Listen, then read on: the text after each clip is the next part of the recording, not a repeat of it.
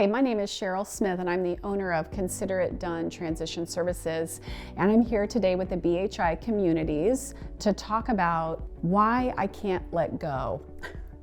It's an appropriate term when we talk about downsizing. One of the many things that happens when we work with families and individuals is they're cleaning out the closet and they look at that one thing and they think, I can't let go of it. I can't let go of it. And we're going to spend a little time talking about why you might not be able to let go of it. Just like what I have here, my grandmother's recipe box. It's the one thing I just could not let go of. One of the reasons we don't let go of items is almost like a bereavement or a farewell. Because when we leave a home and move to a smaller home or downsize, for many of us, it's the last move we make. So when we say goodbye to these special items, it's the last time we see them, we touch them, we look at them, and it's kind of like a loss.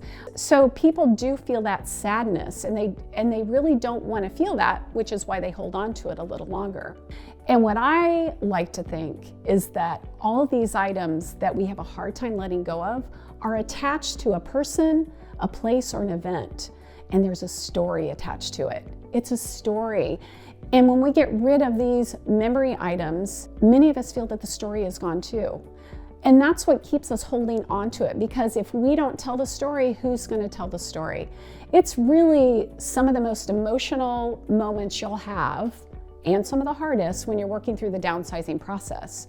So let's talk about some ways to help you get over this hurdle of letting go of what we call memory clutter, things that really are tied to us. So number one, talk to your friends and family.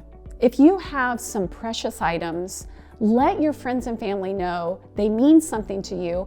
Ask them if they'd like them and find out which items in your home they might like to have. And don't wait till you're not here on this earth anymore to give them away. Give them lovingly to your family now so that you can watch them enjoy it. What fun to watch my girls make some recipes out of my grandmother's recipe box. That is fun. And then I'm able to tell the story of where the recipe came from or why it didn't work and what grandma did to make it different. So watch people enjoy your items. It'll bring you so much joy, and know that your stories will continue on. Another thing you can do is create scrapbooks, memory boxes, or I'm also going to say framing, framing special pictures. When you give yourself a container or an area that's a little smaller, it forces your brain to narrow down what you keep. And then you can use those smaller items, the pages in a book, the space in a box, the walls in your house, to really focus on the things that mean the most to you.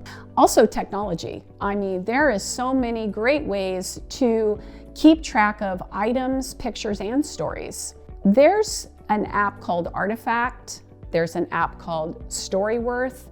They all provide a way for families to tell stories, to share pictures, to get audio recording as well. How fun to be able to pass on a story that grandpa told to great-grandchildren, at weddings or special events. So don't forget the use of technology and ways to keep your stories moving on to the next generation. Another fun way to keep memories alive and those stories moving forward is to repurpose items. And what I mean by that is, for example, you may have a set of silver and nobody wants the sterling, but you can take some of those pieces and create jewelry. You can create a bracelet, you can make a ring. What a great gift to give a granddaughter at graduation. Making a pillow out of a shirt that was grandpa's and passing that along, or giving one to each of the grandchildren at Christmas. There's a lot of ways to take items, repurpose them, make them smaller, and the stories still live on, and they're easily passed from one generation to the next.